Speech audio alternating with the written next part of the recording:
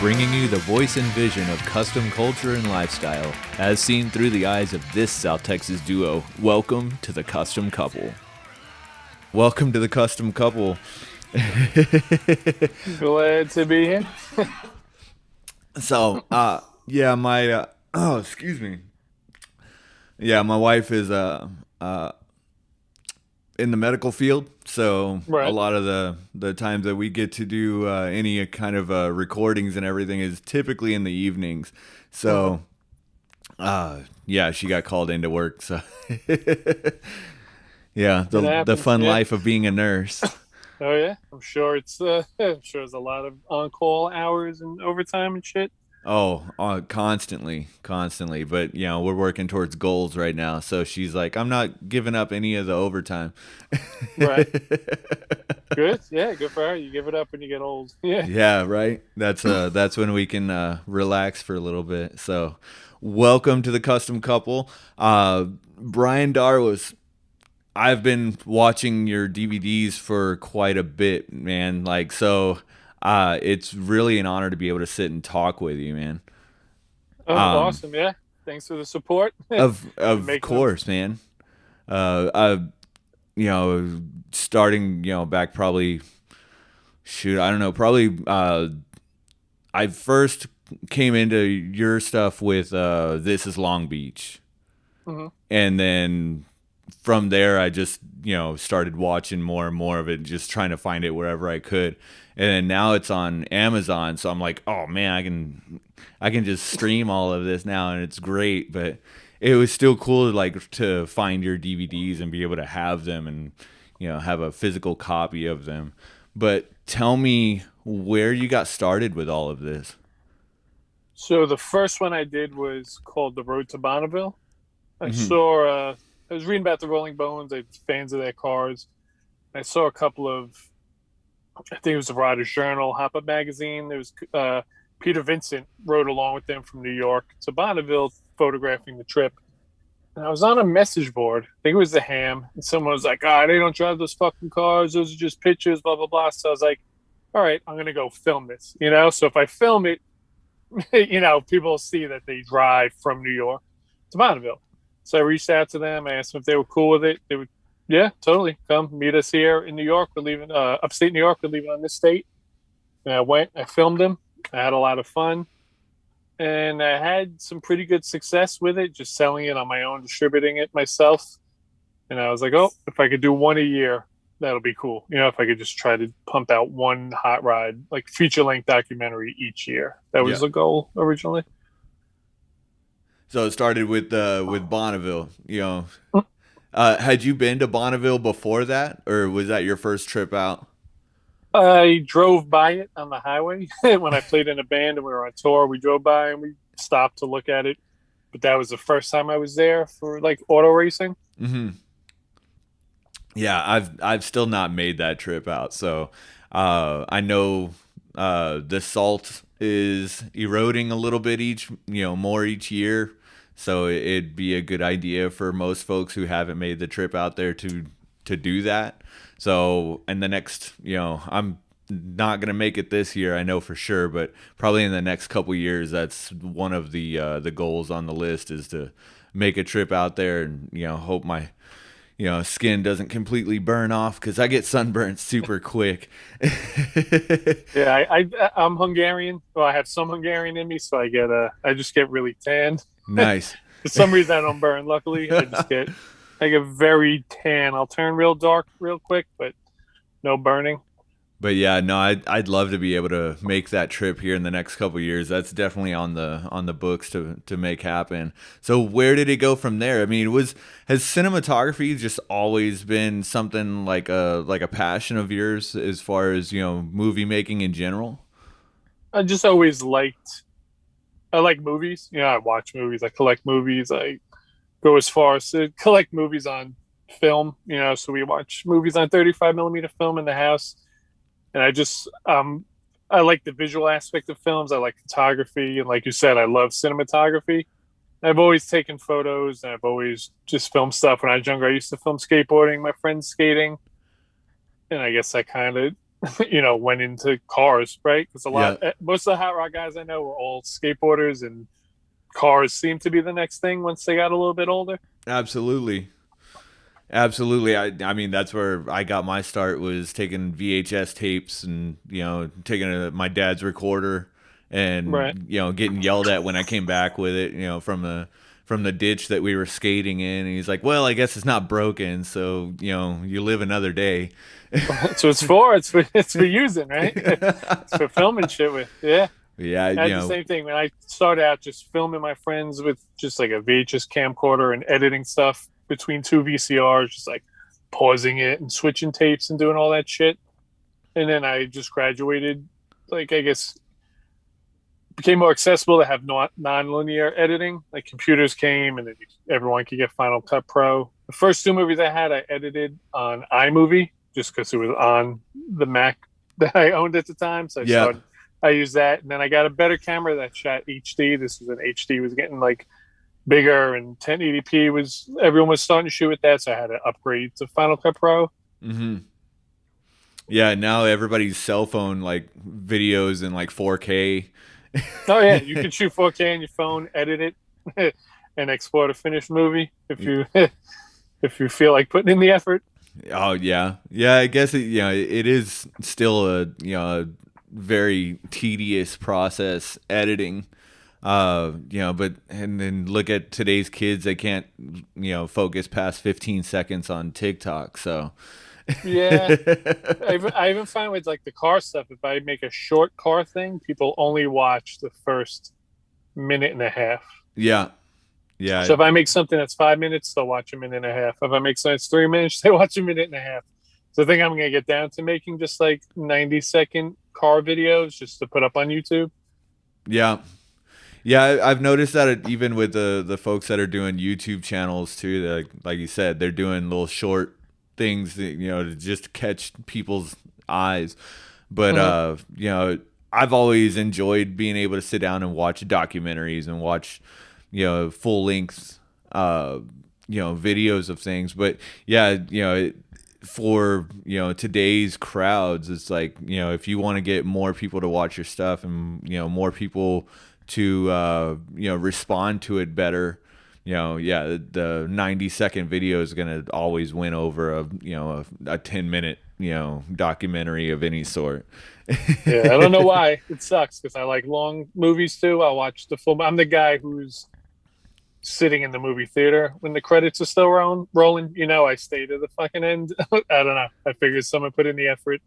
I might as well watch it to the Yeah. end. Well, we also we also encountered a lot of the things in the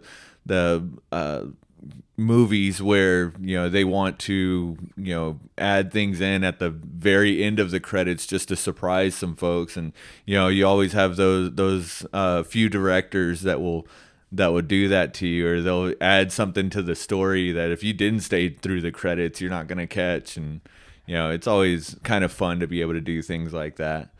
Of I course. went to the I went to the movie theater to see that movie Gone Baby Gone with Ben Affleck. Uh-huh. And there's a part where there's like a shootout in a house and the movie starts looking like it's gonna wrap up. And like 10% of the audience left while it was wrapping up. And then the movie went on for another like 45 minutes. Oh my god. Like everyone just missed the real ending of the movie. They had kind of like a false ending, and just like I'd say like 10% of the audience, if not more, just got up and fucking bounced before the movie was even close to being over. So I was, I mean, from that I make sure to stay to the fucking end. I say to the house lights come on. I'm the Yeah. last guy walking out all the time. Yeah, yeah. Typically, we're still sitting there when the ushers are coming in and cleaning up the popcorn and stuff off the floors. So yeah, no, I'm right there with you, man. I love that. There's a lot of the bands that I listened to as a kid. If you didn't listen to the last song for like 5 minutes past it, the end, you Right. would miss something as well. So, we I kind of got mistrusting in that Right. aspect. But tell me some more about the other film stuff that you've done. Was it Get My Gun? That's the one that you put out when Yeah. 2017, I believe. We finished in 2017. It didn't come out till 2018. Oh, okay, okay. That was my first attempt at making like a narrative non-documentary movie.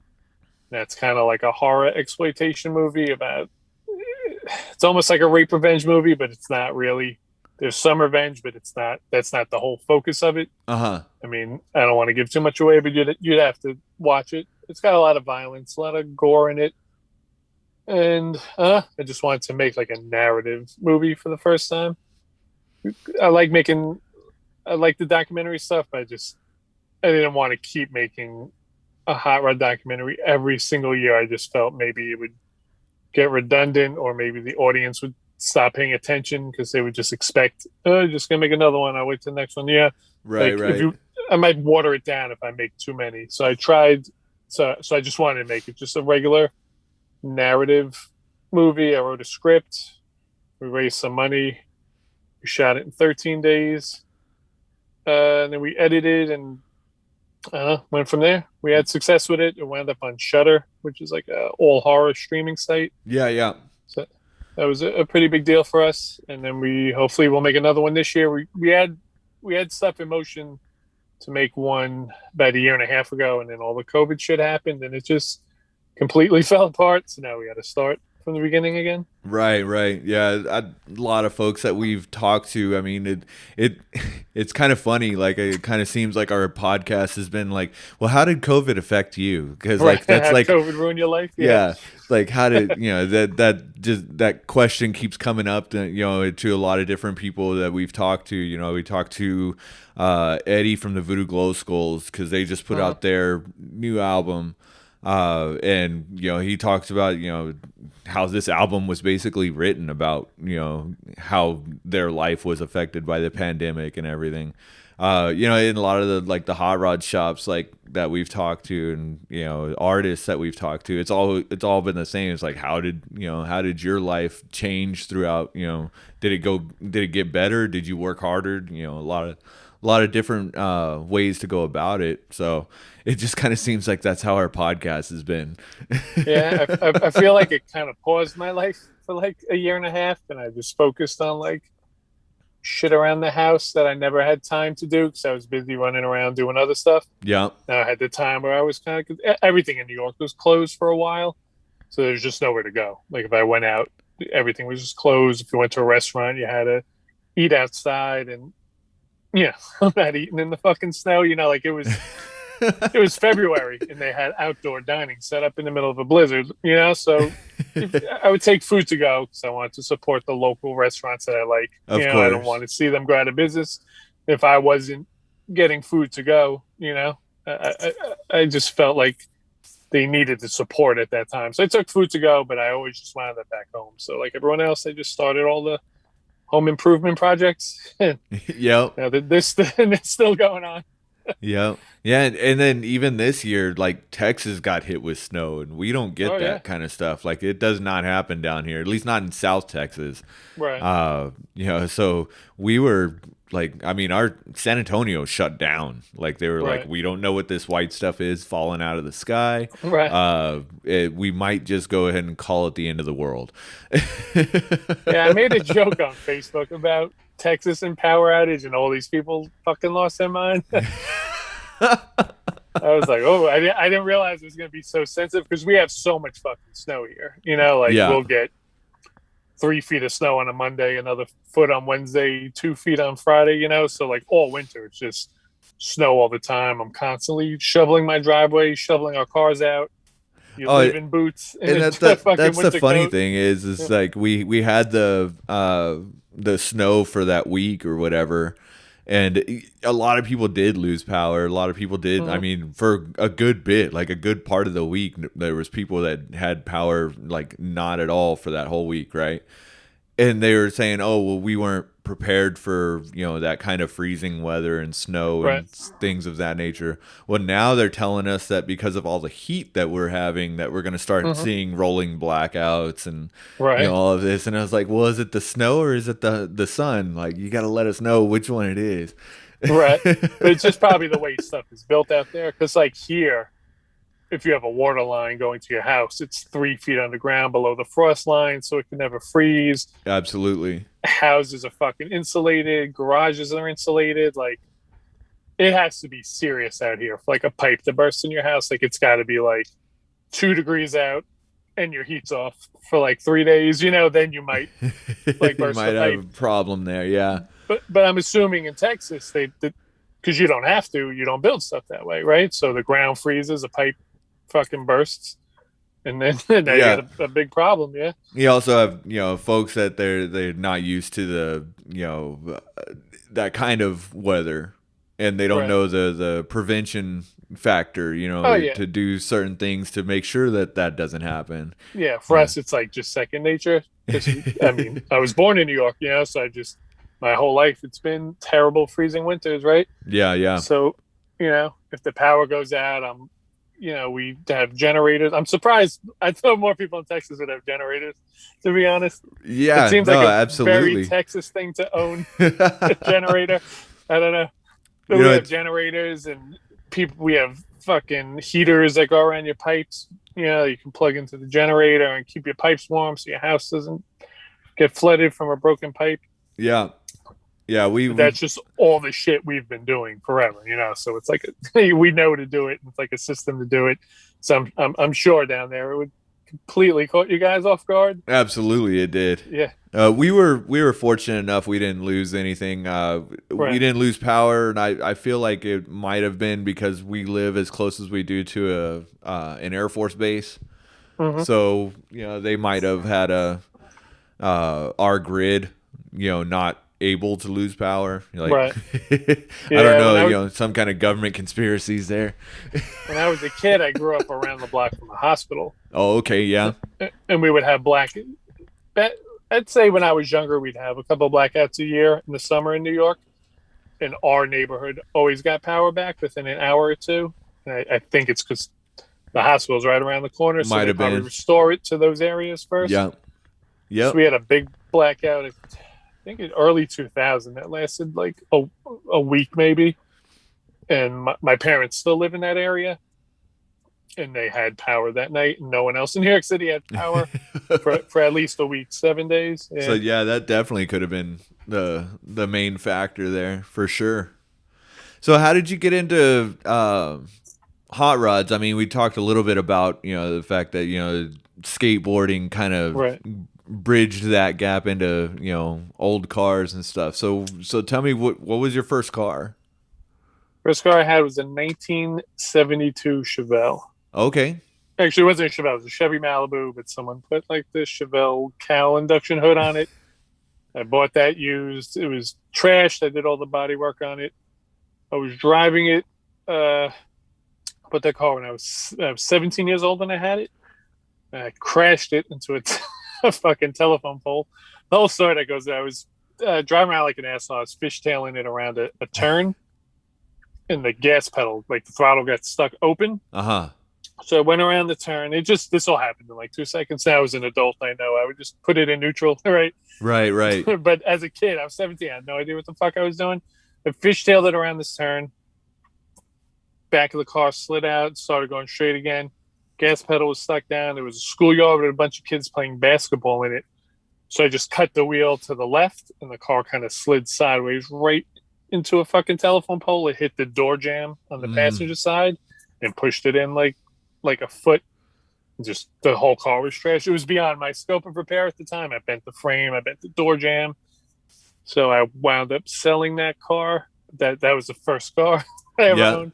I wrecked my first one too. It was a '79 long bed Silverado, Right. and lady ran a stop sign driving a brand new Lincoln Navigator, and I just plowed the shit out of the back end of her car. So there was no coming back from that. I fixed it. I fixed radiator was busted, got a new radiator. bent my alternator bracket. I got a new alternator bracket, put a new Mm, alternator back on it. It's like, okay, this is all you've got for transportation, so you got to figure it out. well, you better make it work. Now I totaled my second car got totaled too, but that one wasn't my fault. I had a '66 Pontiac Le Mans, Oh, nice. and I did when I got it, it was kind of okay. I did all the body work on it. The guy who had it before me rebuilt the motor, transmission, the whole drivetrain. He was like a weird degenerate guy that had all these gambling debts, and he had to sell the car to raise money quick. Oh So I shit. bought the car really cheap. I did all the body work. I was ready to do like final paint on it. I was driving. This guy was sitting in an intersection waiting to make a left hand turn. And I was just coming straight.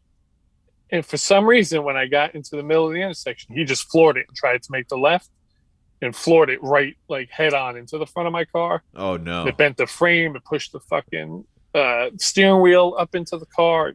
The whole thing was fucking trashed. He hit it hard. No There was an shit. off-duty cop driving the car. Oh, There's a woman in the car with him who was holding two hot coffees, and they splashed all over her face, and she was fucking screaming. It was like oh my it was a god. whole scene, yeah. Oh And my that car god. got completely totaled. I kept the engine, and that engine is in my coupe now, so I still have that motor. Yeah. So In you've my got a 32, right? A 32 yeah, coupe? And 32 five window. the pictures that I've constantly see on Instagram for that car. I mean, that car is absolutely badass, man. Thank you. How long have you had that one? Um, at least 15 years. Maybe I've had it on the road at least 15 years, maybe a little longer. The older I get, I can't have no fucking reference of time anymore. But like between 15 and 20 years, I've had it. Probably, I'll say 15 to be safe. Yeah. It's been on the road at least 15 years. Yeah. And you said the engine out of that Pontiac is what's in it now? Yeah, I wound up in that car. I had the motor was great. It never overheated. It ran great. I had it in a 29 Roadster pickup that I built. Ran great in that car, and it gets really hot. I mean, I'm sure it gets hot in Texas too. For some reason, we get really hot, humid summers, and cars are just notorious for overheating out here, like older Yeah. cars. And I just had this motor just always ran good, 180 degrees all the time. If I'm bumper to bumper traffic, it's running at 180. If it's August and it's fucking 100 degrees, it's running at 180. So I kind of just kept that motor and kept putting it in different cars Hey, because you find what works, right? yeah, it ran so good, and I got good with. I don't know, I just liked it, and I just kept it. Yeah. So it's probably the third or fourth car that motor's been in.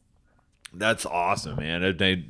Right now, it's like we've had cars that have had like 3 and 4 motors in them. Like Right, you've never hear of a one motor going to 3 or 4 different cars. right. So that's freaking rad. Yeah, my wife's on a kick right now. Like she is in the search for a 5 window coupe. Like Right, she wants one so bad. So she bought me a Model A. right. Uh, back in March, and Mm-hmm. it's a little just hopped up, just wanting to run all the time, fast little car. And her Thunderbird, we've been working on it and working on it, and then she'd drive it for a week, and it'd come up with more problems, and we work on Mm-hmm. it some more. So, I let her take the Model A out to one of the last car shows we went to. I was like, "Here, drive, go for it." And she jumped in it and just does not want to give up the gas pedal now. Like Right, wants to go fast, wants to do all of that. So she's like, I'm ready to get another Model A. We'll get a 5 window coupe or something. I want to go fast. right. So, but And then I see you're 32, and I'm like, damn, that'd be right where I want to be at. Right, have a traditionally built, hopped up hot rod. That'd be perfect for her for sure. She'd love it. And it'd be a lot of picture opportunities for it too as well. yeah, they're fun cars. We have a lot of potholes out here, so the solid axles are kind of they can get iffy sometimes. And I have bias ply tires, so I So it mean, looks I for don't every think, crack in the road, huh? yeah, I don't think people. You don't know potholes, so you've come to New York. Like I've been to every state but Montana, and New York has the worst fucking roads Yeah. ever of anywhere I've ever been. Yeah, it's really bad. They've gotten worse in the last like 10 years. They've just gotten. I mean, you'll drive around. There's fucking potholes with rebar sticking out of them Oh in my god. in the middle of the street. Yeah, like it's Yeah. it's bad. Yeah, my buddy Todd told us some stories about New Orleans being Hmm. pretty bad. Right. That he went there for for a weekend or so, and there was a one that he actually got down in. He got in the pothole, Oh, and really? and they took a picture of him. It's like we're gonna send this to the city because Right. they need to see this. They need to start trying to fix these. So yeah, he was telling me about how bad they get in New Orleans. We're planning on making a trip out there in August. So Right. yeah, and we're gonna take my Model A, and then he's got a '46 uh, little rat rod pickup truck that he built Right. and it's on airbags, and Hmm. we run those around town here. And it's like we need to start going to more things, so we're gonna start trying to get out of San Antonio and go to some more shows. But yeah, he was like, yeah, we're not gonna go down certain streets in New Orleans because Right. you won't come out of them. Yeah, it's the same shit in New York. It's like an obstacle course. You're just fucking cutting left, cutting right, just trying to avoid potholes and shit the whole time. Yeah, Even in a new car, it's fucking awful. yeah, So of you can course. imagine a 90-year-old car, it's even worse. Yeah, most likely. Like you said, straight axles and the suspension on those is just not built to be taking those kind of hits. Well, you hit a pothole on one side and it affects the other wheel, right? So one side goes down, the other side goes up. Yeah, So exactly. we have a lot of drawbridges out here. Like New York is a bridge heavy town. There's fucking bridges all over the place. So they all have like steel gratings on the bridge Mm, because we got a yeah, lot of drawbridges. So when you get into that with the bias ply tires, it's like zigzag. It pulls you left, right, left, right. You could feel it. It's kind of yeah. weird, but I guess So you get used to driving that way. Like you find out how to drive that way. You kind of have to drive like you have no business being on the road. Yeah, a lot of defensive driving. yeah, we get a lot of offensive driving here in San Right, Antonio. It's like just people who just don't have any business being on the road. right. So tell me what's on the what's on the agenda for this year as far as filmmaking goes. We wrote another script. We were going to try to film it over the winter if we can do that. And I want to start doing just a couple of short. I want to do weekly short car things to just put on YouTube, just for the sake of making stuff. Sure. I wanted to do a couple of more full length car documentaries. I don't know if the market's there anymore for it because no one wants to buy them. So people don't want to buy the DVD. It's not that they don't want to buy it. People just don't have DVD players anymore. It's just Right. Yeah. 1 in 10 people owns a DVD player now if you're lucky. So I it's mean, hard to sell. even Go, the gaming systems have gone away yeah, from having physical copies of the games. I mean, you just have right. basically a computer now, and you just download everything. Yeah. So And then Amazon. Amazon was good for a while, and then they started lowering their pay rates to the point where they were offering 1 penny per hour streamed. oh wow. So if you make a 60-minute documentary, 100 people have to watch it to make it an app. So 2,500 people have to watch it all the way through to equal the sale of one DVD. So that it became the trouble with that. Yeah. And now Amazon won't allow any non-solicited documentaries. So they took all my movies down. You have to, if you want to watch them, you have to rent them. You have to pay to rent them. You can't just stream them with Prime anymore. They've Really? just, yeah, they've just taken them down completely. So you can watch them for $5, but you can't just stream it with your Prime subscription anymore. Man. So it's It's getting like tough. Yeah, how do you're right, man. It is a dilemma. It's like how do you do any of the stuff that we were normally used to doing? I mean, other than releasing DVDs. yeah.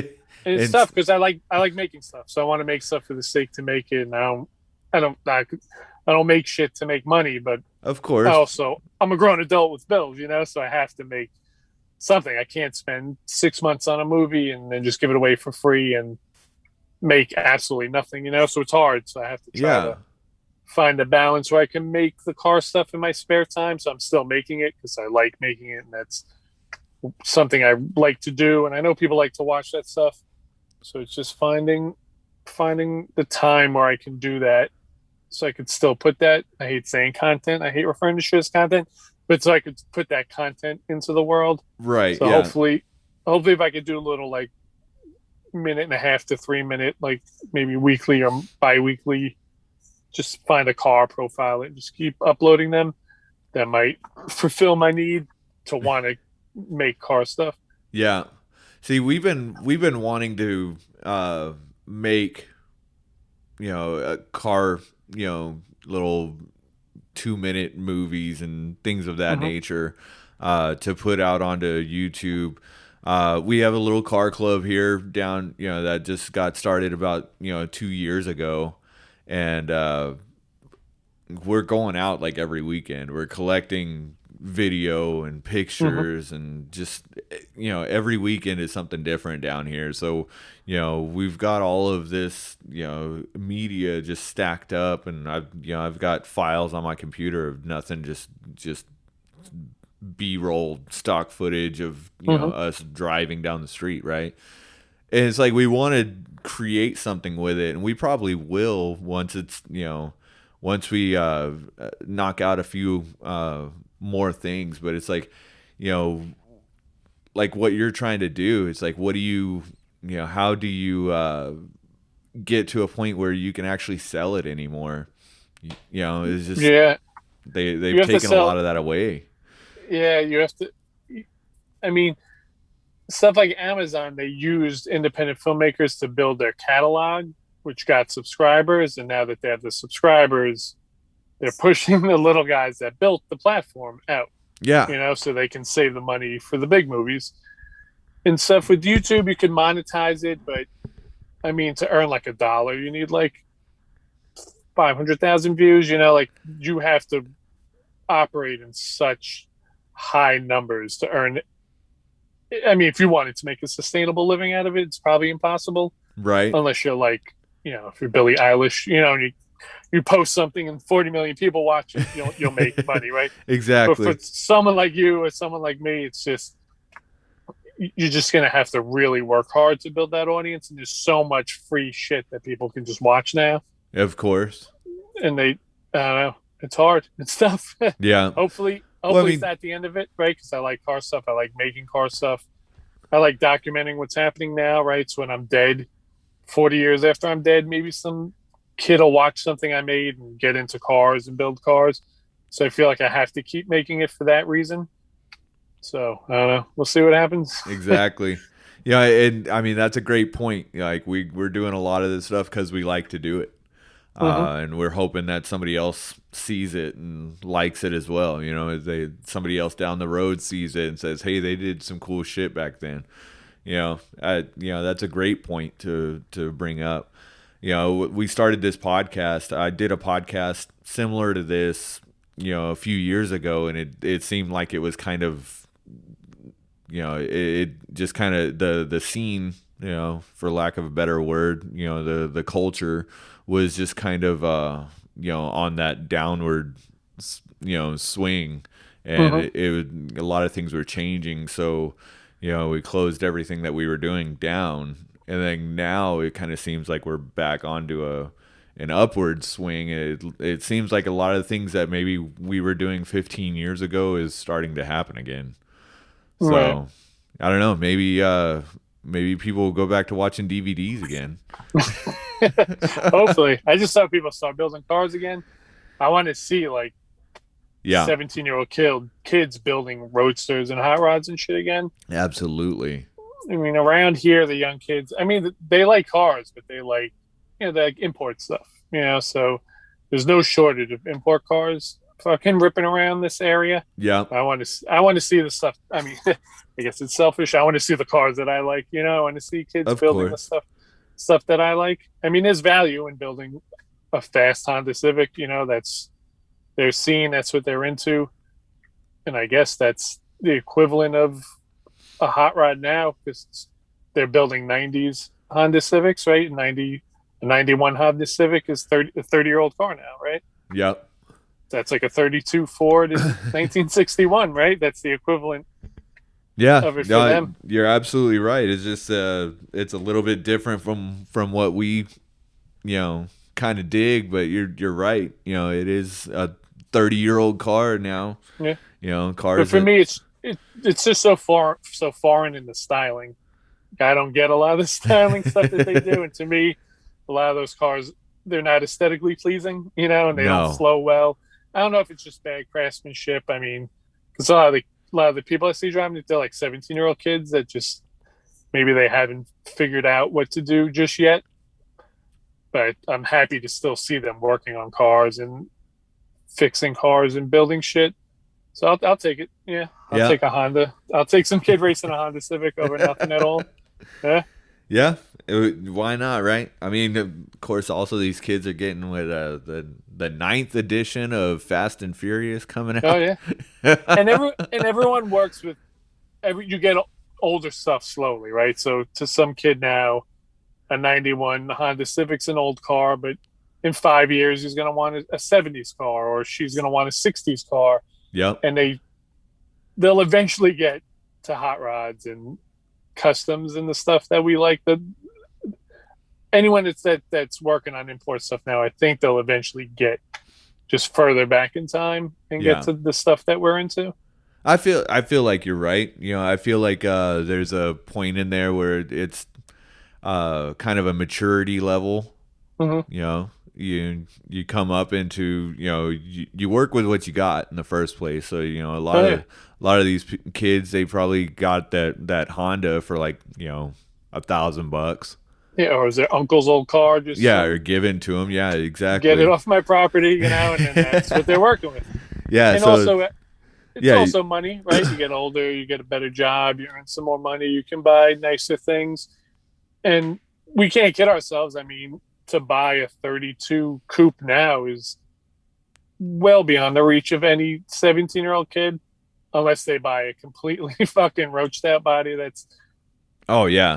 completely falling apart, and they're going to spend the They next can buy 10 a years. windshield probably. Yeah, yeah. So it's also the affordability of it. It's also the inaccessibility with grumpy old men that don't want to talk to kids and don't like. Yep. I see because they'll have like a cruise night out here, and someone will show up in a Model A, and some kid will show up in a Honda, and the old guys in the Model A is like, "Get that fucking Honda out of here!" They're just so grumpy and like standoffish about it. It's like Same here. you're never gonna win these kids to your side by being a fucking asshole about it. Exactly. All they see it as is like the grumpy old guy car, So like we kind of have to break that stereotype of it as Yeah. well. Yeah, here I mean I don't know if it's the same everywhere else, but here it's typically the Tri-5 Chevy guys. Okay. Yeah, they're the ones that are kind of like the standoffish type folks and that don't want the Honda kids hanging around them. But yeah, I Yeah, totally we get have a what you bunch of mean, man. we have a bunch of them out here, and the Corvette guys are pretty standoffish too. Oh, absolutely. And it's But like, dude, you're just in a 5-year-old Corvette that you bought. Like you didn't do anything either. That kid's Honda has probably had more work done to it than your Corvette. But yeah. no, whatever. I mean, I like all cars. I'm not gonna give anyone shit. Whatever you like, as long as you're doing something, I can respect it. Absolutely. I totally on board with that. Folks that are just out doing something is better than just not, it's better than just complaining about things that are going on Facebook and Mm-hmm. Instagram. It's like just get off your couch for a second and go in the garage. I think that's a great way that folks can just kind of just chill out lately. Oh yeah. Well, plus it's also you're thinking about something else, right? You're not occupying your mind with being negative or grumpy. Like you're in your garage, you're solving problems. Later on, when you're laying in bed, you're thinking about your car and how to fix it. You're not laying in bed like worrying about trivial shit that doesn't matter, or worrying about a response to an argument you had earlier. Just, like, I don't know, people are just way too negative now. Yeah, no, I think the garage is a very zen moment, very Hmm. like you said, you're occupying your mind with problem solving and creativity, so Yeah, being and able to. constructive things you're adding to the world. You're taking a car that didn't run and now it's running again. You've brought There you go. something back into the world. Yeah. There you go. Now you mentioned earlier that you are a musician. Um, Yes. what what for one, what instrument? What did you play? Um, I could play a little. I can play guitar, drums, and bass. So those are three I can play. Mm-hmm. Probably best on the bass because it's it's probably the easiest. Um, the last band I played in, I played bass. The last touring band I played in, first I played drums, then I played bass in the same band, and now I don't really play anything. That's awesome. What kind of music were you into? Always punk rock stuff. Oh, Always. okay. I mean that yeah, that's typically everything I've been involved with. It's all been subgenres of punk rock. Right. Everything goes back to punk rock. Yeah, I've always been a huge punk rock guy and metal. I'm a huge metal head, but I've never really played in metal bands for some reason. I'm just always wind up in punk rock Yeah. bands. Where all did you tour? Um, all around the U.S., Canada, Europe. Oh, no shit. Uh, You went over to yeah, Europe. yeah. We went. Europe was great. They treated bands very well over there. Yeah. Like they were happy that bands are playing their venues. Where in the United States, the attitude is be happy you're playing our venue. It's kind of the opposite. Absolutely. Yeah. So it was a good experience. My guitar player in the band that I used to be in, he had said the same thing. He went into metal. He was always a metalhead, but Hmm. when we stopped playing shows, then he started up another band, and it was a metal project. And the first thing they did was record and then head to Europe. Right. And he said the same thing, like they were just absolutely welcoming, and he went all over Europe playing. So I mean that's awesome. That I've heard that same thing. It's just a very different mentality. So that's awesome, man. um if you'd like to throw some shout outs to some of the folks that you've gotten your inspirations from and support from, and we'll call it a day. Yeah. I mean, we could go down the list of people who allowed me to film them, which was always a huge. Always grateful for that because it's hard to find people that'll let you into their life to film them and share their secrets with you and share their intimate moments. So I mean, the Rolling Bones are the first car group that I filmed. Hmm. Keith Cornell and Ken Schmidt, and they were really awesome, really welcoming, and they build some really incredible high dollar cars that are, I mean, they're unmatched currently, and they're extremely humble about it, and they're really cool, and they'll tell you anything you want to know, and they will show you any tips or tricks or however they build shit.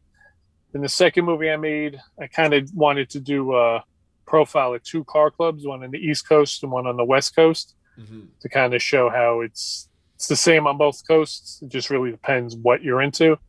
And with that, I filmed the Altar Boys from Massachusetts. They were from the Boston area, and they were awesome. And I filmed the Burbank Choppers for the West Coast Car Club, and they've always been awesome to me too.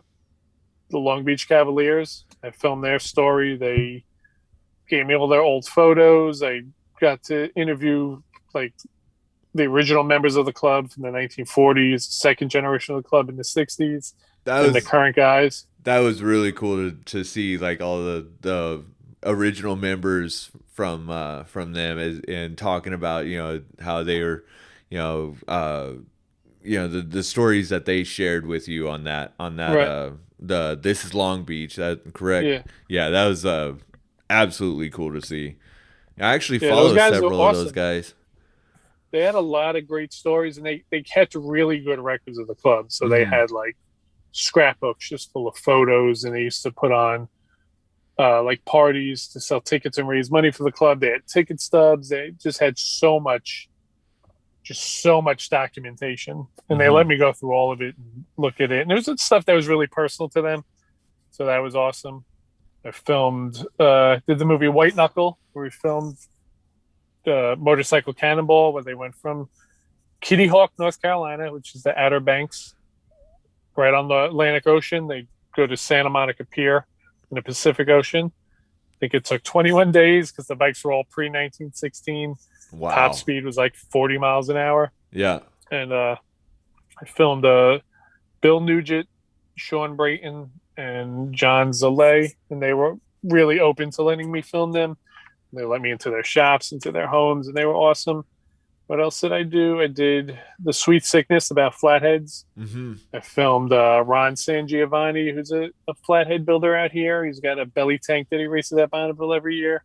He's got a few records with it. I filmed Vern Tardell. He was awesome. I tried calling him and emailing him. He didn't respond, and I sent him a fax. And he called me back after I sent him a fax, and he was awesome. He let me come into the shop. They like stopped work for the day. He toured the shop.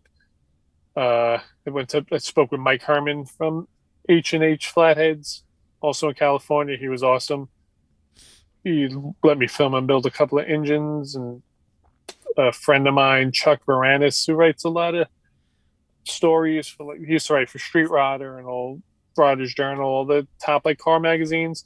He hooked me up with a bunch of people on the East Coast that just had older historic flathead cars. Yeah. And then it came back again. I made another movie about the Rolling Bones going to Bonneville, called 3 Mile. I got better equipment. I got better at filming and editing, and I wanted to just make like an updated version of the Road to Bonneville. Yeah. So I did that one, which I don't know which one I like better. Technically, I like 3 Mile better. But the Road to Bonneville, I like it for what it is. It was just made with a cheap camcorder, edited on iMovie, and I like them both. They both have their strengths and weaknesses, but I guess that's it. Yeah, and just anyone who's ever let me film them, because it's hard to find people that are open to letting you film them Right. and are comfortable sitting in front of a camera and talking to you. So it's a little embarrassing for some people. A lot of Right. people, Yeah. they get self conscious. We have the same issue a little bit with the folks being on the podcast. You Mhm. know, it's like, even if it's, we explain it, it's just audio. Right. But microphone can be intimidating to a lot of folks. It's the second you hear your own voice is when you fucking hate it, right? Like that's what it is. Like everyone hates their own voice. So the Yeah. second you become conscious that you're the one talking, you just immediately hate it. But yeah, we go through that same thing. So yeah, anybody that's ever, been on our show, we thank y'all.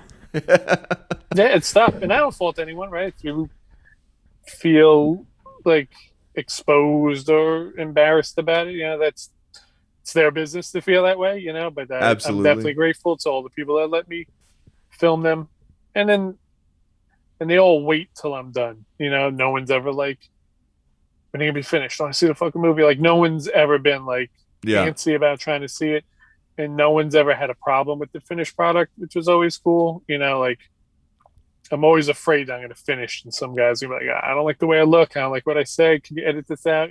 Right. But Yeah. I haven't had that happen yet. So I thank only I God. only had that happen on one podcast, and not even on this Mhm.